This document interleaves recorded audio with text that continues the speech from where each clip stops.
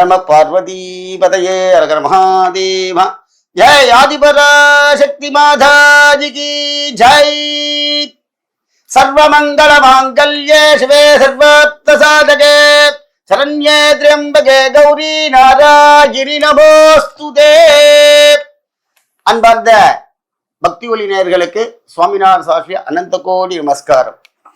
வருகிற 16/8/2024 அன்று ஒரு பெரிய விசேஷமான நாள். என்ன நாள் அப்படின்னா, மங்களம் கோஷலேந்திராய மகனீய குணாத்மனே சக்கரவர்த்தி தனுராஜ சர்வபூமாய மங்களம். பெருமாளுடைய ஹிருதய பாகத்திலே சிவபெருமானுக்கு வலது பாகத்தியை இடது பாகமாக அமைந்தால் அம்பாள். ஆனா எம்பெருமான் மகாவிஷ்ணுடைய ஹிருதய கமலவாசினியாக சக்கரவர்த்தி மகாராஜர் ஹிருதயத்தில் இருக்கக்கூடிய மகாலட்சுமி தேவி என்ன அப்படின்னா வரலட்சுமி விரதம். இந்த வரலட்சுமி விரதத்தை எல்லாருக்கும் தெரியும். என்ன பண்றது, ஏது பண்றது, பூஜை பண்றது. மகாபலன் என்ன? இது புக்குல எல்லாம் போட்டிருக்க மாட்டான், புராணங்கள் தான் சொல்கிறது. என்ன அப்படின்னா, அம்பாள் நம்மளை தேடி வருகிறாள். ஐஸ்வர்ய லட்சுமி. மற்ற நாள்ல எல்லாரும் வரலட்சுமிய மகாலட்சுமி மகாலட்சுமி என்று கூப்பிடுகிறோம். வரலட்சுமி விரதம் அப்படின்னா இது அம்பாளை அழைத்து நம்மள் விரதம் இருத்தல் என்று பெயர். அம்பாள் என்ன பண்றா, சில பேராத்துல முத நாள் ராத்திரியே வர வச்சுடுறா, சில பேராத்துல காலையில வர வைக்கிறா. என்ன அப்படின்னா, யாரா இருந்தாலும் ஆத்துக்குள்ள நீங்க வாங்கோன்னு கூப்பிட்டாதான் வருவா. வராது, கூப்பிடாம வராது என்ன திரும்பணும், பாம்பு வரும், எலி வரும், இந்த மிருகங்கள்லாம் கூப்பிடாம உள்ள வரும். ஆனா கூப்பிட்டு வரக்கூடியது ஒரே ஒரு விஷயம். உங்க சொந்தக்கார ஒருத்தர் வர ஆத்துக்குள்ள, நீங்க வாங்கோன்னு கூப்பிட்டாதான் அவ சிரிப்பா. முதல்ல நீங்க வாங்கோன்னு கூப்பிடலன்னு வச்சுங்களேன், வெளியில போகும்போது நீங்க தூத்தம் கொடுத்தாவோட வாங்கி சாப்பிட மாட்டா, தீர்த்தம் கொடுத்தாவோட சாப்பிட மாட்டா. வெளியில போன உடனே திரும்புவா, மகாபாவி 4 வார்த்தை வான் கூப்பிட்டா என்ன, இவன்ட்ட காசா வாங்க வந்தோம். எல்லோரையும் சந்தோஷமாக முதல்ல வான் கூப்பிடறதுக்குள்ள கதை இது. வரணும் அம்பாள். அம்பாள் என்ன சொல்றா, நீ கூப்பிட்டாதான் வருவ. இந்த ஐயப்ப பக்தர்கள் எல்லாம் மாலை போட்டுப்பா. ஐயப்பனுடைய பெரிய விஷயம் என்ன தெரியுமோ, அவன் கூப்பிட்டாதான் அங்க அந்த பக்கமே வருமா. இவன் என்ன சொல்லுவான், முத நாள் ராத்திரி வரைக்கும் மாலை போட்டுப்போ மாலை போட்டுப்போம்மா. மறுநாள் காலையில பார்த்தா அவனுக்கு போட முடியாத சூழ்நிலையை உருவாகிடும். அதே மாதிரி வரக்கூடாது, பக்தியா போய் கேட்கணும். அப்பா எனக்கு அடுத்த வருஷத்துக்கு ஒரு மாலை வாய்ப்பு கிடைக்குமான்னு கேட்கணும். அதே மாதிரி இந்த வரலட்சுமி விதத்துல அம்பாலை கூப்பணும். எப்படி, பக்யாத லட்சுமி பாரம்மா. அந்த சங்கீதமே அழகா இருக்கும். அதை பாடிண்டே வந்தோடனே கடைசியா என்ன பாடம் தெரியுமா, கௌரி கல்யாண வைபோகமே ராமா கல்யாண வைபோகமே. ஏன் சார் அம்பாள் வந்தாச்சுன்னா என்ன பாட சொல்லிருக்க, உள்ள அழைச்ச உடனே அம்பாள் ஆர்த்தி எடுக்கிறதுக்கு முன்னாடி நீங்க இதை பாடிடணும். என்ன கேட்கணும், அங்க என் காலத்துல கல்யாண கோலம் வேணும். முதல்ல என்னென்ன கல்யாண கோலம், 16 கல்யாண கோலம். கல்யாண கோலம் 16. ஆமாம். தனம் தானியம் அறிவு புகழ் கல்வி சந்தானம் வாழ்நாள் வெற்றி 16 செல்வங்களூ தந்தருள்வாய் அம்மா. இதான் 16 செல்வங்களுடைய கல்யாணங்கள். ஆமா சார், நம்பாத்துல கல்யாணம் நடக்கணும். 16 செல்வங்களும் தரக்கூடிய ஒரே விரதம் வரலட்சுமி விரதம். ஏக்க தேசமா அம்பாள்கிட்ட கேட்கலாம். என்னென்ன கேட்கணும், என்ன மகாபலன் அப்படின்னா 16 வரங்கள், 16 கல்யாணம் என் காத்துல நடக்கணும். முதல் கல்யாணம், என் காத்துல இருக்கவாள் எல்லாருக்கும் நல்ல புத்தி வரணும். அறிவு நல்லா இருந்ததுன்னா அடுத்த காரியங்கள் நல்லா நடக்கும். அறிவு நல்லா இருந்தா அடுத்த கல்யாணம் என்ன, குழந்தைக்கு கல்வி செல்வம் வேணும். இப்போ ஒரு குழந்தைகள் தம்பதிகளுக்கு கல்யாணம் பண்ணி வைக்கிறேன். அவ முதல்ல சுவாமிகிட்ட பிரார்த்தனை பண்ணிக்கணும். எப்படி கல்யாணம் பண்ணி வைக்கிறேன்? 2 பேருடைய மனதும் ஒன்றாக வேண்டும். அதான் சாந்தி முகூர்த்தம்.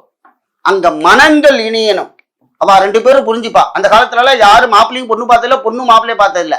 சாந்தி முகூர்த்தத்தன்னைக்கு அவளுக்கு அந்தராங்கமாக மனதை ஒன்றுபடுத்துதல் என்று பெயர். இவர் பெயர் அவருக்கு தெரியாது, அவர் பெயர் தெரியாது. ஆனால் இவாளுடைய பேரை இவா சொல்லுவா. அவளுடைய இப்படின்னு அந்த ராஜா காலத்தில் இருந்த ஒரு பந்ததிகள். அது இப்பெல்லாம் ஜாதகம் பார்த்த உடனே பையனும் பொண்ணும் பேசுகிறா. எனக்கு இந்த கண்டிஷன், அவளுக்கு அந்த கண்டிஷன். அதுக்கப்புறம் தான் ஜாதக மேட்சிங்க. பொண்ணு சொல்றா, இவன் என்னை விட 1 லட்சம் ரூபாய் கம்மியா சம்பளம் வாங்கலாம், வேண்டாம். பையன் சொல்றான், இல்ல என்னை விட கம்மியா இருக்கு, இந்த பொண்ணு வேண்டாம். கிடையாது, இதே மாதிரி பார்க்காதீர்கள், ஜாதகத்தை பொருத்தம் பாருங்கள். சுக்கிரன் நல்ல பாக்யாதிபதி எங்க இருக்கானோ அங்கு வாய்ப்பை கொடுப்பான். அடுத்ததாக இவா 2 பேருடைய மனங்கள் ஒன்று கூடி நல்ல அறிவு சிந்தனை பிறக்க வேண்டும். முதல் தம்பதிகளுக்கு அதுதான். அடுத்தது அவளுக்கு என்ன? குழந்தை செல்வத்தை கொடுக்கிறார். அறிவு, புகழ், கல்வி, நல்ல அறிவு வந்து நல்ல பேரும் புகழுமா இருந்து, அடுத்ததாக பாக்யாதிபதியாக குழந்தை பிறந்து அந்த குழந்தைக்கு கல்வி சந்தானத்தை கொடுக்கிறார். அவளுக்கு பெரிசா எல்லாம் பண்ணான வாழ்நாள வெற்றி பெறணும்.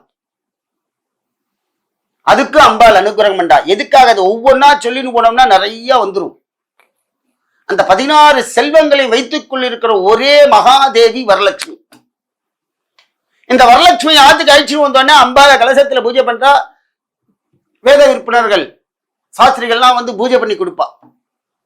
சாஸ்திரிகளை வச்சு பூஜை பண்ணணும். வேத பிராமணனை வச்சுதான் பூஜை பண்ணணும். இந்த பூஜை வரலட்சுமி விரதம், விநாயகர் சதுர்த்தி 2த்துக்கும் வாத்தியாரை கூப்பிட்டு பூஜை பண்ணணும். ஆச்சாரியர் இல்லாம பூஜை பண்ணவே கூடாது ஆத்துல. இந்த 2 பூஜைக்கு தான் மகா பலன். ஏன்னா அவாதான் அந்த சுரூபமா இருப்பா. நீங்க பண்ண பூஜை பலன் வேத பிராமணனுக்கு போய் சேரணும். புள்ளியாரே சொல்லியிருக்கார், வேத பிராமணனுக்கு கொடுக்கணும் அப்படின்னு.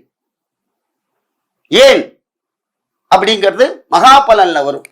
இந்த அம்பால பூஜை பண்ணி எல்லாம் பண்ணோட என்னென்ன பூஜை பண்றாங்க? அம்பாள் ஆவாகலாம் பண்ணி எல்லாம் பூஜை பண்ணின்னு வரா. அம்பாள் என்ன சொல்றா அப்படின்னா, நீங்க அந்த சரடை வச்சு பூஜை பண்ணுவார். அந்த 8 லட்சுமி இருக்கா பார்த்தேலாம், பிரதிகிருமா கிரந்தம் பூஜையாமி அப்படின்னு ஆச்சாரியன் சொல்லி கொடுப்பார் பூஜையில. அந்த அஷ்டலட்சுமி பூஜை முடிஞ்ச உடனே அந்த சரடுக்கு பூஜை பண்றான். அந்த சரணுடைய மகா பலன் என்ன? எல்லாருக்கும் பொம்மநாட்டிகளுக்கு என்ன பண்றா? இடது கையில தான் கட்டுவா கல்யாணத்துல. ஆனால் இங்கே வலது கையில கட்டப்படுகிறது. ஏன் அப்படின்னா, இந்த வலது கையில நாடி இருக்கு சார். இந்த நாடி 2 பக்கமே அடிக்கும். ஆனால் இது பெரிய நாடி. இதுல கட்டினோன்னு சுவாமி பலம் கொடுக்கிறார். அம்பாள் சில பேர் கழுத்துல கட்டிப்பா. அந்த வரலட்சுமி என்ன சொல்றா அப்படின்னா, அந்த பொம்மநாட்டினுடைய சரீரத்துல அந்த பூஜைகள் பண்ணி முடிச்சோன்னா அந்த கயிறுக்கு அபார ஒரு சக்தி ஒண்ணு உண்டு. அந்த சக்தியானது நாடி நரம்புல போய் பட்டு உள்ள போகும். நீங்க கயிறை ரொம்ப லேஸ்ல நினைச்சிடக்கூடாது. வரலட்சுமி விரதமா அப்படின்னு நீ நினைக்க கூடாது. அந்த விரதத்துல யாராத்துலயான ஒருத்தர் இறந்து போயிட்டா கூட பக்கத்தாத்துல போய் கயிறு கட்டிப்பா. மற்ற பூஜைக்கெல்லாம் கிடையாது. காரடையா நோம்புக்கு இதுக்குன்னு தான் சக்தி ஜாஸ்தி. அடுத்த வாரத்துல வரலட்சுமி பூஜை எங்காத்துல பண்ணக்கூடிய வாய்ப்பு இல்லை அப்படின்னா, அடுத்த வாரத்துல யார் பண்றாலோ வாரத்துல போய் கயிறு கட்டிக்கு போவா. ஏன்? இந்த அம்பாளுடைய மாங்கல்ய ஸ்தானம், சர்வமங்கல ஸ்வரூபிணி அம்பாள். என்னைக்குமே இந்த அம்பாள் என்ன பண்றா அப்படின்னா, பாதத்திலேருந்து தலை வரைக்கும் அம்பாள் பொம்மநாட்டி சரீரத்துல மங்கள ஸ்வரூபிணியாக இருக்காள். அப்படிப்பட்ட இந்த அம்பாள் இந்த கயிற்றுக்கு அந்த பூஜை பண்ணணும்னு அம்பாளுடைய அபார சக்தியானது பொம்மநாட்டிகளுடைய சரீரத்திலே கலந்து வருகிறது. அன்னைக்கு பார்த்தேன்னா பெரியவா எல்லாம் முதல்ல கட்டிப்பா, அப்புறம் குழந்தைகளை கட்டி விடுவா. நவதந்து சமாயுக்தம் அப்படின்னு சொல்லி ஆச்சாரியன் மந்திரம் சொல்ல அவ கயிறு கட்டி. ஏன் அன்னைக்கு மந்திரத்தை சொல்றோம் அப்படின்னா, நவக்கிரகங்களுடைய தோஷங்கள் எல்லாம் அவர்களை அண்டாமல் இருப்பதற்கும், அவர்களுடைய மனது என்றும் சிதறாமல் நிலைத்து நிற்பதற்கும் 8 அம்பாள் அஷ்டலட்சுமியும் கையில அப்படியே சாநித்தியமா உட்காந்துக்கிறார். பெரியவாள்லாம் பார்த்தீங்கன்னா சில பேரத்துல குங்குமம் இட்டு விடுவா குழந்தைகளுக்கெல்லாம். அது ஒரு பெரிய அழகு. அன்னைக்கு ஃபுல்லா குழந்தைகள்லாம் மகாலட்சுமி குட்டி குட்டியா எல்லாரும் கழுத்துல சிலது கட்டின்னு கொஞ்சம் கையில கட்டின்னு இருப்பா. அவ்வளவு ஒரு சந்தோஷம். ஆத்துல என்ன மங்களகரமா இருக்கிறது. அதனால்தான் 16 கல்யாணம் என்று சொன்னேன். அன்னைக்கு பார்த்தேன்னா நம்ம ஆத்துல எல்லாரும் ரொம்ப சந்தோஷமா இருப்பா. அன்னைக்கு ஆத்துல யாரும் சண்டை போடக்கூடாது, மனசு கிளேஷம் பண்ணக்கூடாது, சந்தோஷமா இருக்கணும். வராமறி இருந்தா கூட பொறுமையா போயிடணும். ஏன்னா 16 செல்வங்கள் 16 கல்யாணம் நம்ம ஆத்துல நடக்கணும். அம்பாளுடைய அனுகிரகத்துல ஃபுல்லா நடக்கணும். அது ஒண்ணாச்சு. இரண்டாவது, சுமங்கலிகளுக்கு நிறைய கொடுக்கணும். அன்னைக்கு என்ன கொடுக்கணும் அப்படின்னா, பக்கத்தாத்து மாமியை கூப்பிடுங்கோ, அடுத்தாத்து மாமியை கூப்பிடுங்கோ, வெத்தலைபா கொடுக்கணும். வந்தவாளுக்கு வெத்தலைபா கொடுங்கோ, வந்தவாளுக்கு ஒரு பாயசமான கையில கொடுங்கோ. சில பராத்துல பொம்மநாட்டிகளுக்கு சாப்பாடு போடுவான். ரொம்ப விசேஷம் வரலட்சுமி விரதம். ஏன் அப்படின்னா அஷ்ட ஐஸ்வர்ய லட்சுமி. அஷ்ட ஐஸ்வர்யத்தையும் அம்பாள் உடனே நமக்கு தரா, லேட்டே கிடையாது சார். அல்ல என்ன வேண்டிப்பா தெரியுமா? பெரியவாள்லாம் நீங்க 90 வயசான மாமியெல்லாம் இருப்பா பாருங்க, வயசான வாள்லாம். அவ அந்த வரலட்சுமி பூஜைய ஸ்ரத்தையா பண்ணி அவ என்ன கேட்கிறா அம்பாள்கிட்ட, நீங்க எந்த ஒரு திருமங்கல்யமான பும்நாட்டிகள்லாம் நீங்க பார்த்தீங்கன்னா என்ன கேட்பா தெரியுமா? அம்மா எனக்கு தீர்க்க சௌமங்கல்ய பாக்கியத்தை கொடு என்று சொல்வார்கள். என்றுமே மாங்கல்யம் இருக்கணும். இந்த ஊஞ்சல் பாடுவா தெரியுமா உங்களுக்கு? இந்த சங்கீதம் அங்கதான் பிரபஞ்சம். அந்த சங்கீதத்துக்கு எங்க எஃபெக்ட் ஆகும் தெரியுமா உங்களுக்கு? கண்ணூஞ்சல் காஞ்சன மாலை மணமகு கண்ணூஞ்சல். அதே மாதிரி இந்த மாங்கல்ய தேவியானப்பட்டவள் நம்மளுடைய மனதிலே இப்படி ஊஞ்சலாடி நம்மளை சந்தோஷப்படுத்துகிறாள். ஹிருதயக்கமல வாசினியாக பெருமாளுக்கு அப்புறம் பொம்மநாட்டி கழுத்துலதான் மகாலட்சுமி இருப்பான். அந்த ஹிருதயத்தோட ஹிருதயமா ஒட்டின்னு இருப்பா. இந்த வரலட்சுமி விரதத்தை யாரும் மிஸ் பண்ணக்கூடாது. மாமா எங்க இடத்துல வரலட்சுமி பூஜை கிடையாது, எதுவும் கிடையாது அப்படின்னா வர பொம்மநாட்டிகளுக்கு அன்னைக்கு அம்பாளுக்கு மகாலட்சுமி அஷ்டோத்திரமான வாசிங்க ஆத்துல வரலட்சுமி பூஜை எடுத்துக்காட்டா விட வரலட்சுமி பதிலாக மகாலட்சுமிக்கு பூஜை செய்யுங்கள். ஓம் பக்ரதை நமஹ, ஓம் விக்ரதை நமஹ, ஓம் வித்யாஹி நமஹ என்று 108 அர்ச்சனை இருக்கு. மகாலட்சுமியே போற்றி, தனலட்சுமியே போற்றி, சந்தான லட்சுமியே போற்றி, அனுகிரக ரூபிணியே போற்றி அப்படின்னு தமிழ்லயும் இருக்கு. அம்பாளுக்கு குங்குமத்தால் அர்ச்சனை பண்ணுங்க. தேங்காய் பழம் உடைச்சு ஆத்துல பழங்கள்லாம் வாங்கி அம்பாளுக்கு நைவேத்தியம் பண்ணுங்க. வரலட்சுமி பூஜை இல்லாத வாத்துல சொல்றேன். அம்பாளுக்கு சக்கர பொங்கல் நைவேத்தியம், பாயசம் நல்லா பண்ணுங்க. வடை பண்ணி நைவேத்தியம் பண்ணி 4 சுமங்கலிகளுக்கு கொடுங்கள். உங்க ஆத்துலயும் அஷ்டலட்சுமி வந்துருவா. அம்மா என் காத்துல பாக்கி இங்க கட்டுறதுக்கு என் காத்துல வரலட்சுமி விரதம் கிடையாது, பக்கத்தாத்துல கூப்பிடுறா, கண்டிப்பா போய் கட்டிக்கிங்கோ, அது தப்பு கிடையாது. 4 பேரை கூப்பிட்டு செய்யுங்கள் வரலட்சுமி பூஜையை. 4 சுமங்கலிகளுக்கு நிறைய அன்னதானம் பண்ணுங்கள். நம்ம பாத்துல கெட்டி மேளம் கட கட கடன்னு கொட்டும். அடுத்தது நம்ம பாத்துல குழந்தை அரோ ஹரீரோ வேணுமா? அந்த சங்கீதம் பாடணுமே குழந்தைக்கு. கண்டே நீ யாரடித்தார். குழந்தை பிறக்காதவாள் வரலட்சுமி விதத்துல அம்பாள்கிட்ட கேளுங்க, பாக்கியம் கொடுப்பா. அதனால்தான் அவளுக்கு பேரு பாக்யாத லட்சுமி பாரம்மா. பாக்கியத்தை கொடுக்கக்கூடியவள் சார், வேகமா கொடுத்துருவா. அதனால எல்லாரும் இந்த வரலட்சுமி விரதத்தை மிஸ் பண்ணாம ஸ்ரத்தையா சந்தோஷமா ஆத்துல யாரும் மனக்லேஷம் பண்ணக்கூடாது. புருஷால்னா அன்னைக்கு பொம்மநாட்டிய ஃப்ரீயா விட்டுடணும். அவ சந்தோஷமா அந்த 16 செல்வங்களுக்குரிய அதிபதியே நம்ம ஆத்துல பொம்மநாட்டி.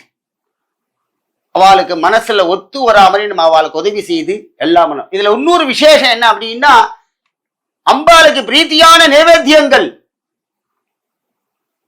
கொழக்கட்டை, அப்புறம் எள்ளுப்பொடி கொழக்கட்டை, பருப்பு கொழக்கட்டை, அடுத்ததாக அம்பாளுக்கு பிடிச்ச இட்லி, வடை, பாயசம், வர்க்கானங்கள்.